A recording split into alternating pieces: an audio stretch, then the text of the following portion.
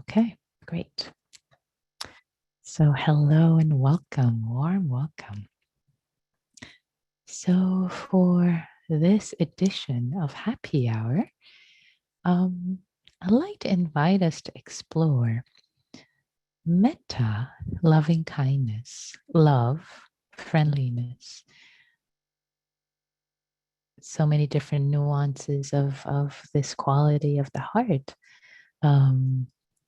To explore this from a selfless perspective. So I just finished teaching a retreat on emptiness, and part of that was exploring the self, how self is the reference point of everything in our lives and in our thoughts and in our senses. And what if we notice that? And what if we play around with shifting perspectives?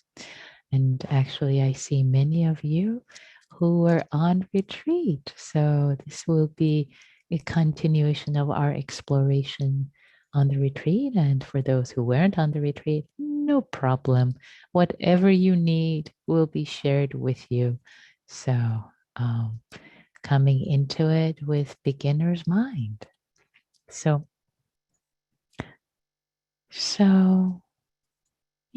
let's just get into practice. I won't say much more. Let's just explore with an open mind, with beginner's mind, and see what arises. So I'd like to invite you to get into your meditation posture, whatever that might be. If you need to shift and move this body, if you need to lie down, if you need to sit up straighter, see what your body needs. Shift, move to a cushion.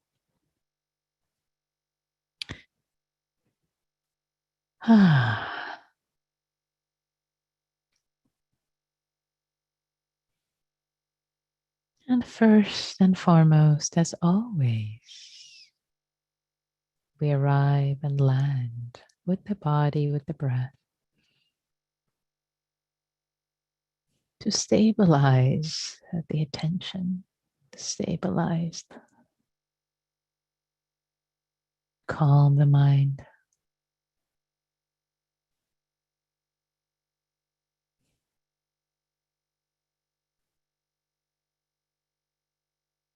To arrive with a sense of seclusion, quiet,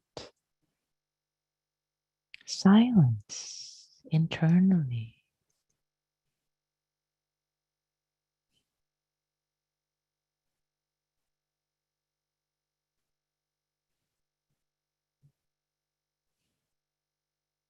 Turning our gaze inward and opening to perceptions of the body sitting, sensations of the feet connected to the earth, touching the floor. Maybe the legs, the underside of the legs. Contact points, feeling the contact, arriving, really connecting with the earth with each breath.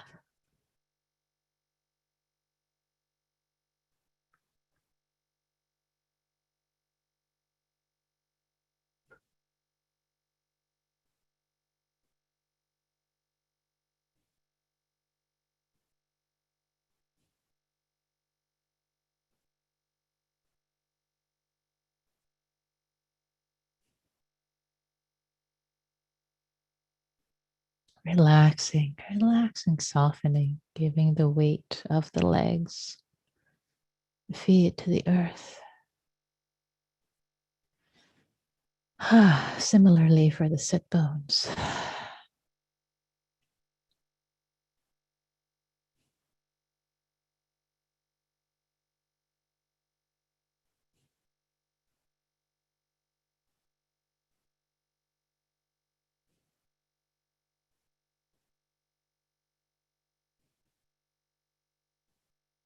and the abdomen, lower abdomen, relaxing, softening.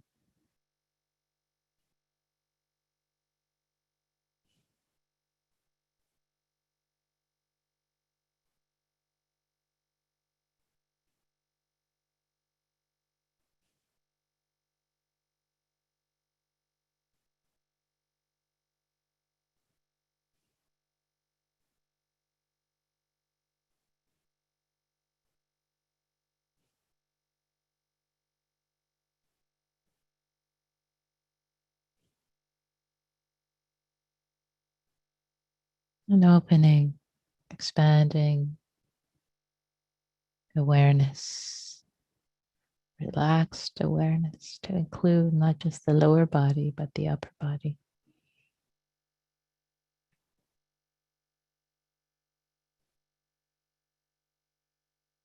The trunk, the chest, neck and shoulders. The arms, the hands, relaxing, softening.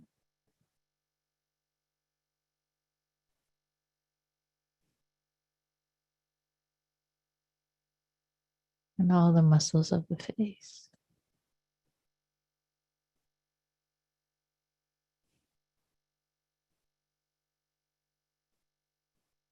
The entire body receiving the breath.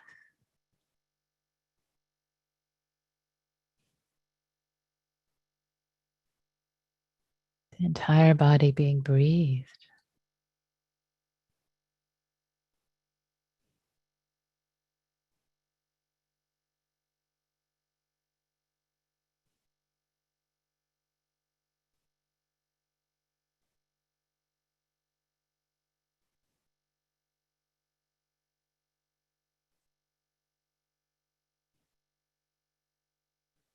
And no need for a breather or a doer. Breathing happens on its own.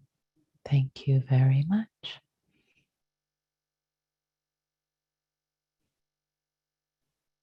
Allowing your awareness to be expansive, to know the breath, the sensations of the breath in the body.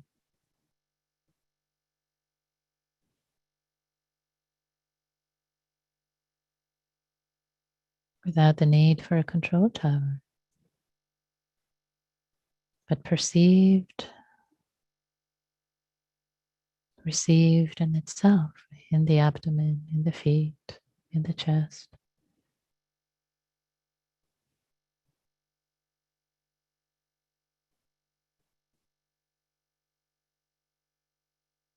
Sensed in and of themselves.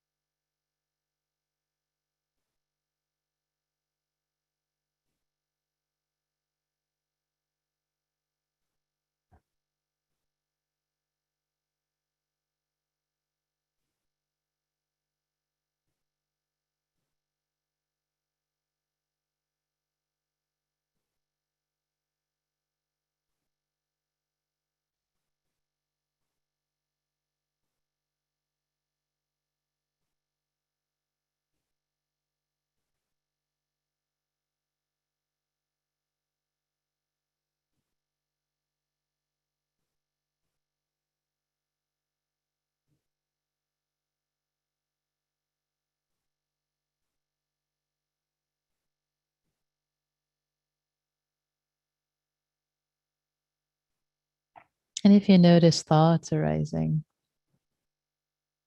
as they will arise,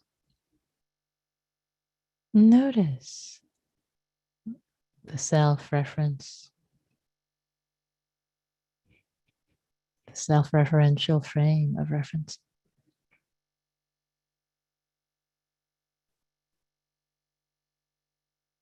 Noticing it kindly, gently, without any judgment.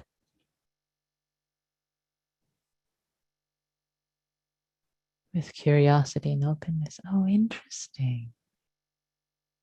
Look at that.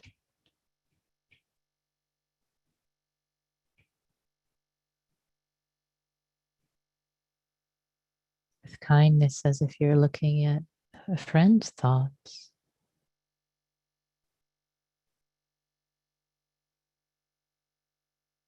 And gently asking, wondering if the frame of reference of the self could be relaxed, jiggled, released.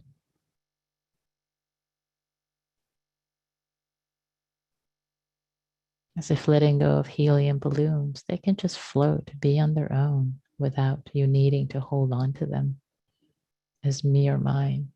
See what happens. Be curious. And then always coming back to the breath and the body being sensed as the anchor, calming and settling.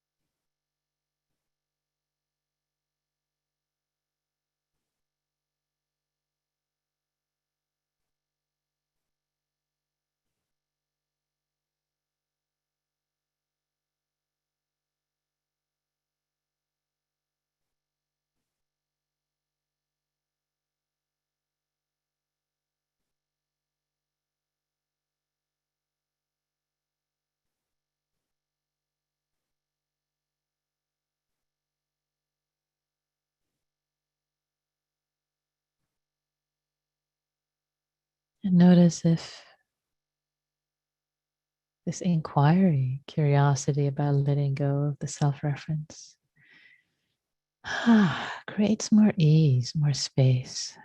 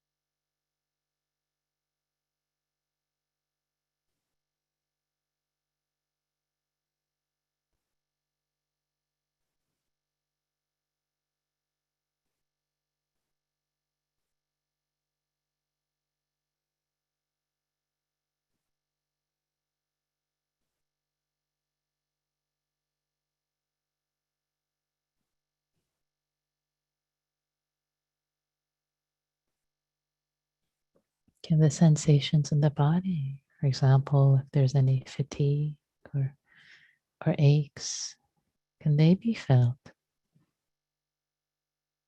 in and of themselves? As if awareness wasn't localized, was spread in the body itself, not localized in the control tower of the head.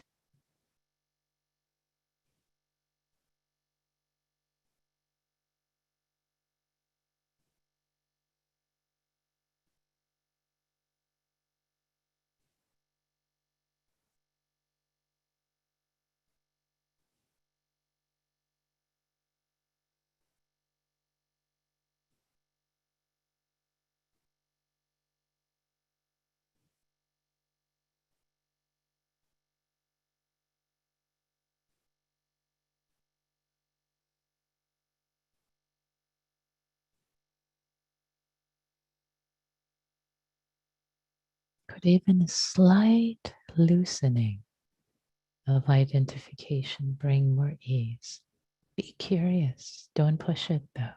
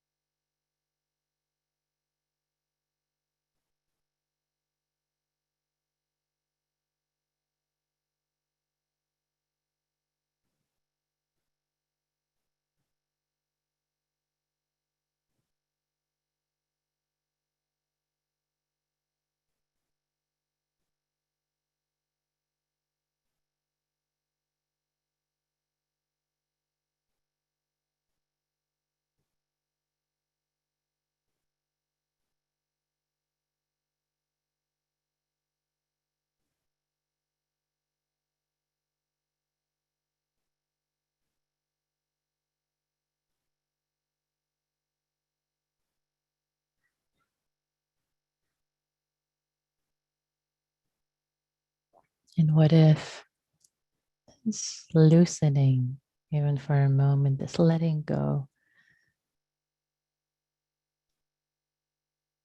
the self frame of reference when the thought comes up, maybe a judgmental thought, self judgmental thought.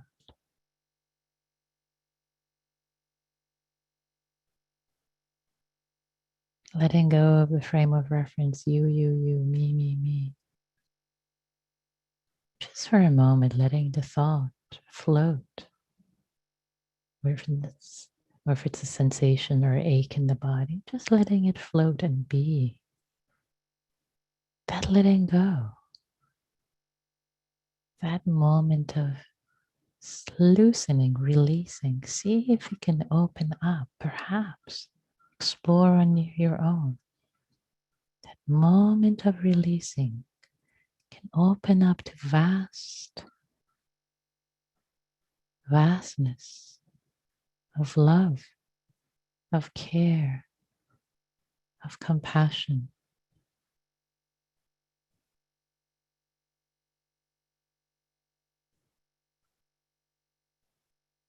As an entry point.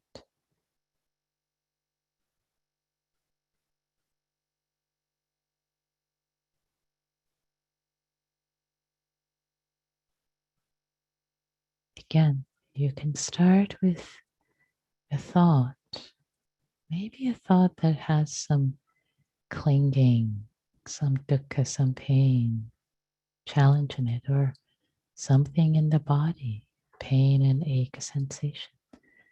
Notice the frame of reference of the I, me, mine. See if it's possible for this thought or sensation to just be as it is, floating, letting go of the self as the I, as the frame of reference, my, me, I am this, I am that. And in that moment of release, see if there's an opening up. Into ease, goodness, care, love, compassion, however it might show up for you. Experiment.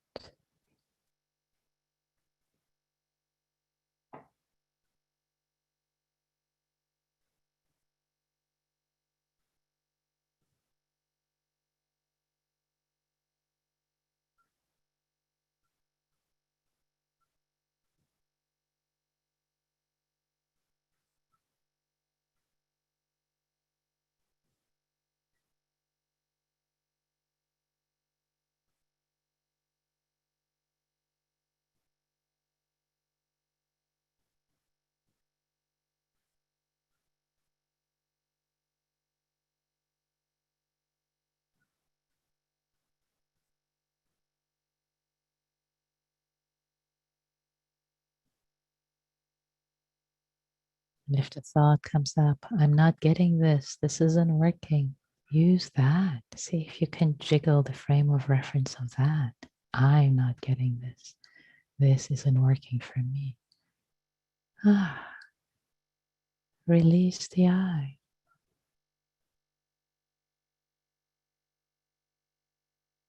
Relax into what opens up, the spaciousness.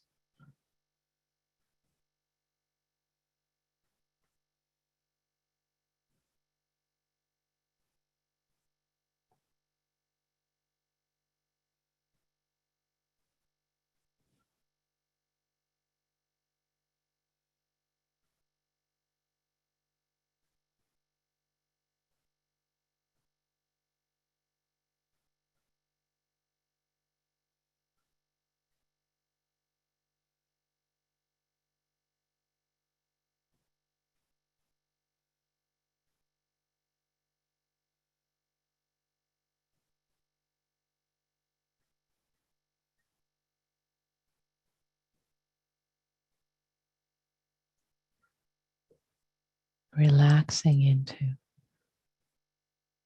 opening up to space of goodwill, as if you're landing as if landing, resting.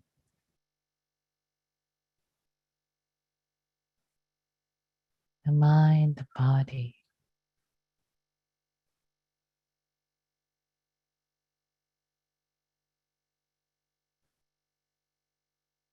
relaxing into spaciousness of goodwill.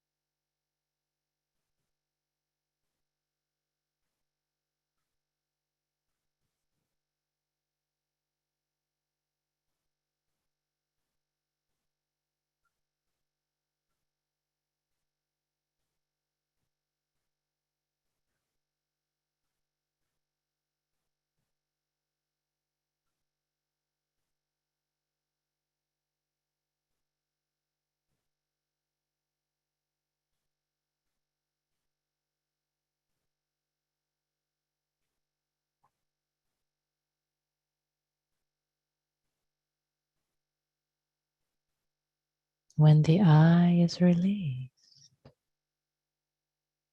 the heart, the mind heart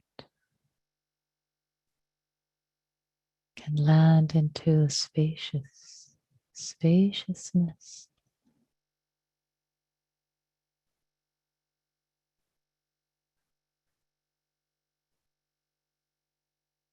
of openness, of goodwill and ease.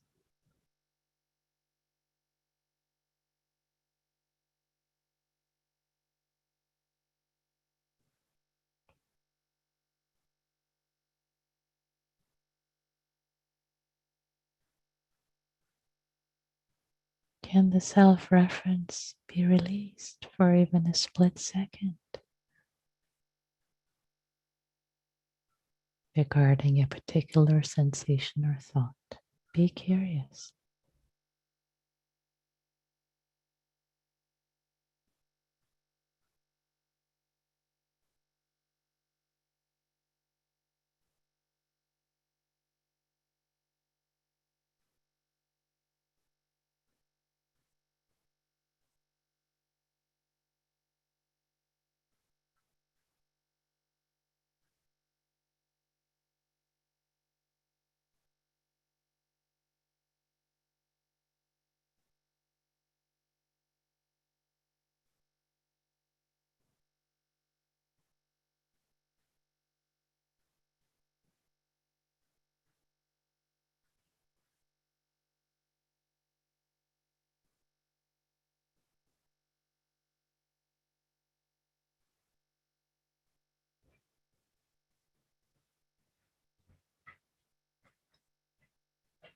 And for the last moments of this period of practice,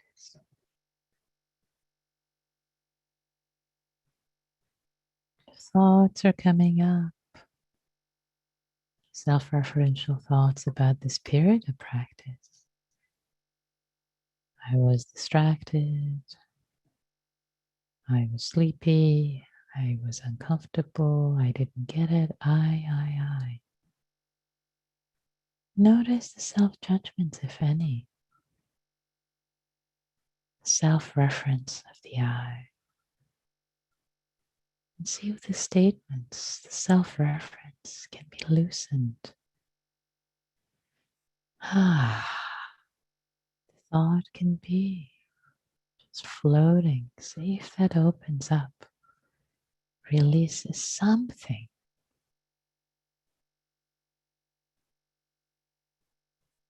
into spaciousness and the opposite of self-judgment, which is metta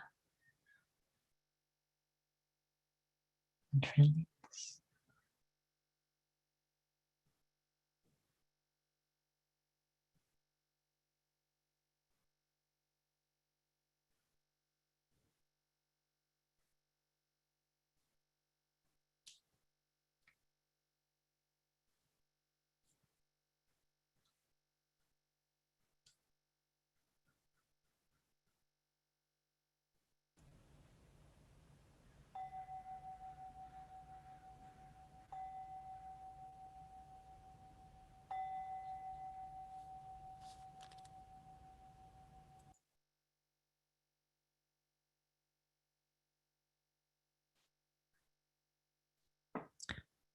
Thank you for your practice. So, with the invitations today,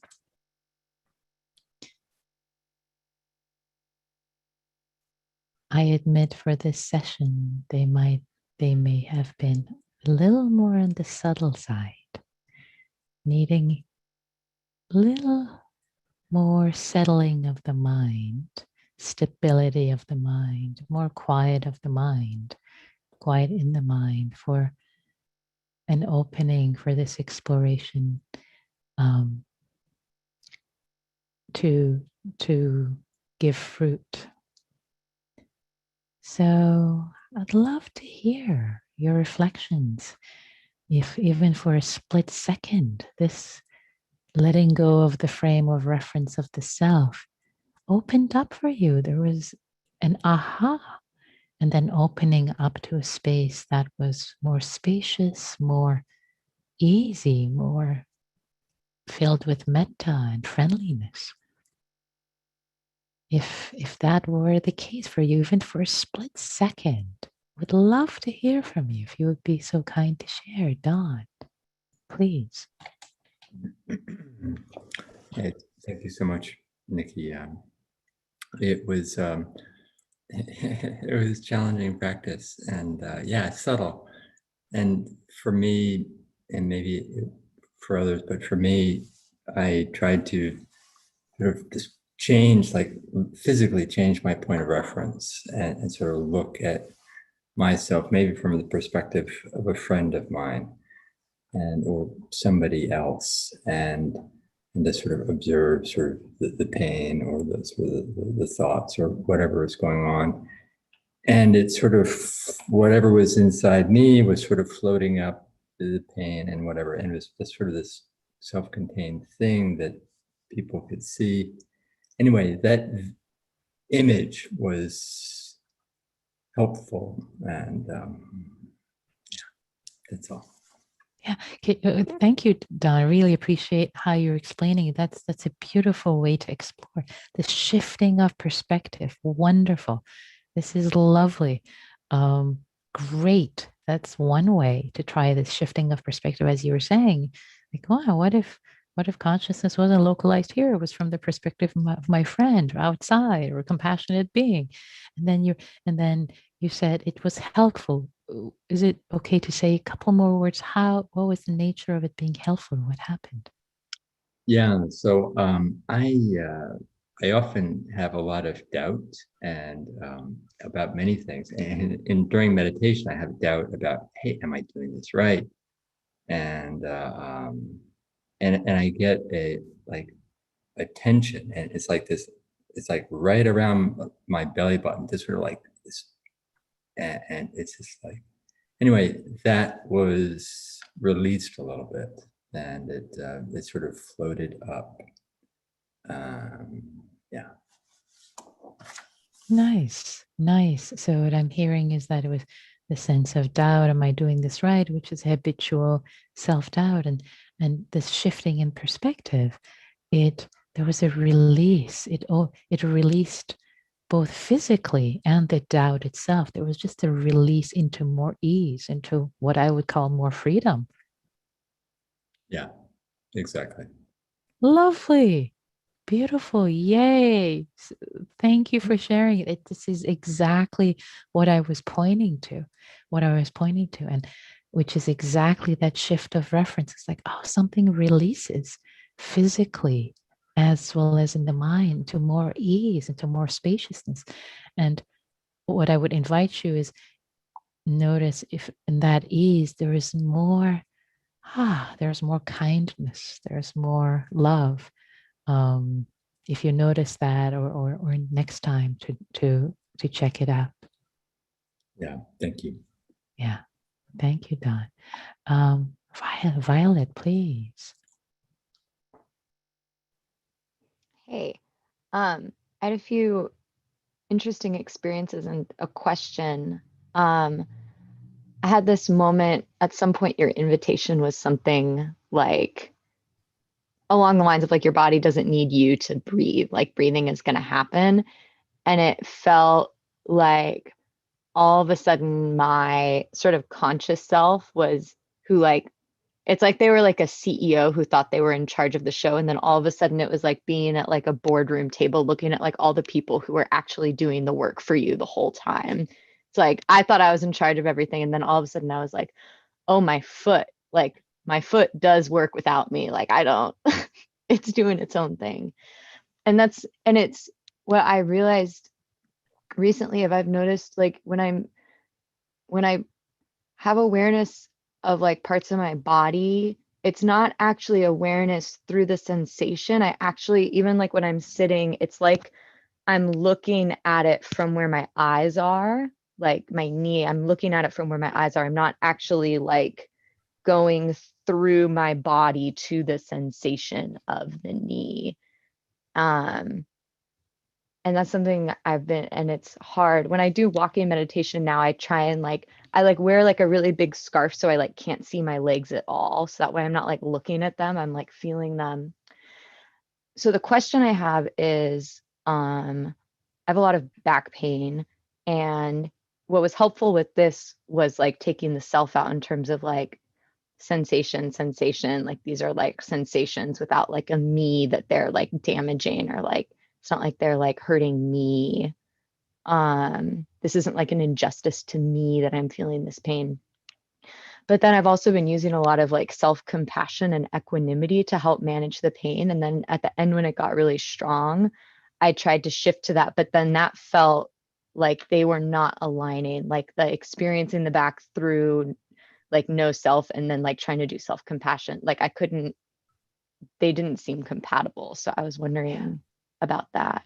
Yeah, excellent. Thank you, Violet. Really appreciate your observations and insights and the question too. Um, Beautiful. So, a couple of things. One is about what you shared about, oh, the CEO that notices, oh, there are other people in the room that are doing the work. So, yeah, I trust you might have heard of this teaching of anatta, not self, that self is not what we take it to be. And there are ways that we can have insight into, wait, this self is a little actually different from this standard way we take it. And there's so many different ways to have insight into this nature of the, this not self or self being different. And what you just described is one way. So beautiful. This can be a very powerful way of seeing that can continue to open up for you. So continue to sit with it. let it flourish, including the way you're talking about with the back pain. Oh, it's sensations. It's just sensations being sensed, unpleasant feeling tone is being sensed in and of itself, which can be very powerful, again, along the lines of anatta, not self. And then when you try to bring in self-compassion, it's like, wait a minute, these frames of reference aren't quite working. Exactly. So the way with this paradigm, self-compassion can work is that actually compassion, it's what I was leading in the meditation into, that freedom, this different shift in perspective actually has love and compassion in it. There's no giving of it to ourselves. So I invite this for you to kind of like sit with. And it may not be obvious right now, but it's like it's in the awareness of this sensation itself, there can be a sense of care and love in it without the reference of self. It's a different way of practicing. Does that kind of make sense a little bit? So the awareness itself is the metta and compassion. Yes, it's in there. It's infused. It's infused. Awareness infused with metta. Not, yes, both. Yeah, and yep, yep. No self needed. Thank you. Thank you, Violet. Lovely. Nicholas, please. Good. I've been playfully exploring that when thinking arises, that contraction of, oh, you shouldn't be there. Why are you there? Why is that thought there? Why am I thinking? It's a very fast contraction. And your invitation, something playful came up, which is meeting that contraction with the question, says who? Who says you shouldn't be there? And it's fun. It's fun. It's a nice little space there in that question. Nice. So what I'm hearing is with the contraction of, oh, you shouldn't be thinking, then it's kind of like, oh, who says, who is the judgmental mind? Like, who is this? It's like kind of questioning this frame of reference, like, it's bringing some humor, some gentleness, and oh, that question for you releases the frame of reference a little bit and brings more freedom and ease. Is that what I'm hearing? Yeah, exactly. Lovely. And in that there is compassion. There is love, because when self-judgment drops away, there in that ease, there's more metta inherently, even if we don't call it out. So I want to point that out to you to kind of notice that the next time. Lovely. I'm loving, Nicholas, you sharing this as well as others sharing their ways, like Don sharing the physical, the way he found the shifting of the perspective. So each of you finding your own way working with this. Lovely. So the time has come for us to practice in Sangha, such an important way to practice in small groups and share our reflections, share of ourselves, share our insights, and share our confusion, whatever it might be, and benefit from the wisdom of Sangha and be held witness and give and receive, because we don't wake up on our own, and things become even more clarified in this friendly way that we come together. So I will create the breakout rooms, and the invitation is, let's start with 30 seconds of silent metta for each other. Just 30 seconds of holding your people who are in your room, just with care, with eyes of friendliness. And then you can share anything you like, as little or as much as you wish about your practice. And I'm going to open the rooms now. Here we go. Okay, welcome back, everyone. It's good to see you, and I see some smiling faces, some smiles on your faces. So we have a couple of minutes for any reflections that came up, what you noticed in your practice with Sangha, please, especially if you haven't spoken yet or recently. invite you to speak from your own experience. Please don't be shy.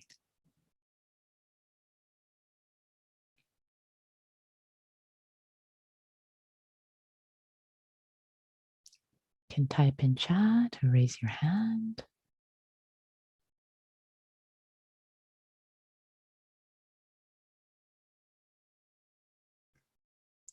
Yes, Erica, please, and then Neil.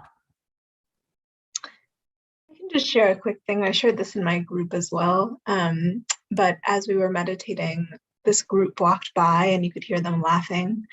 And, usually when I hear people laughing, I think like, oh, their joy, that's like distinct from my joy. And maybe I feel a little left out, or I feel like, oh, why is the joy? Why don't I ever have joy, or whatever, But because of the invitations in this meditation, I could like feel their joy, kind of like what Don was saying. It was like a kind of loose particles of joy, that were not theirs, but were just available. And I felt like, oh, I like that joy is like available to me. I'm like participating in that joy. So that was really nice. Thank you for sharing that. Wow, I feel goosebumps as you share that. This is what beautiful practice, the power of this. When the self isn't there, my joy, your joy. Oh, it's joy. There's joy, and the heart, the mind, the heart mind, the chitta, awareness, consciousness can participate, instead of this self-reference. Thank you, Erica. That's lovely. Beautiful. Yay.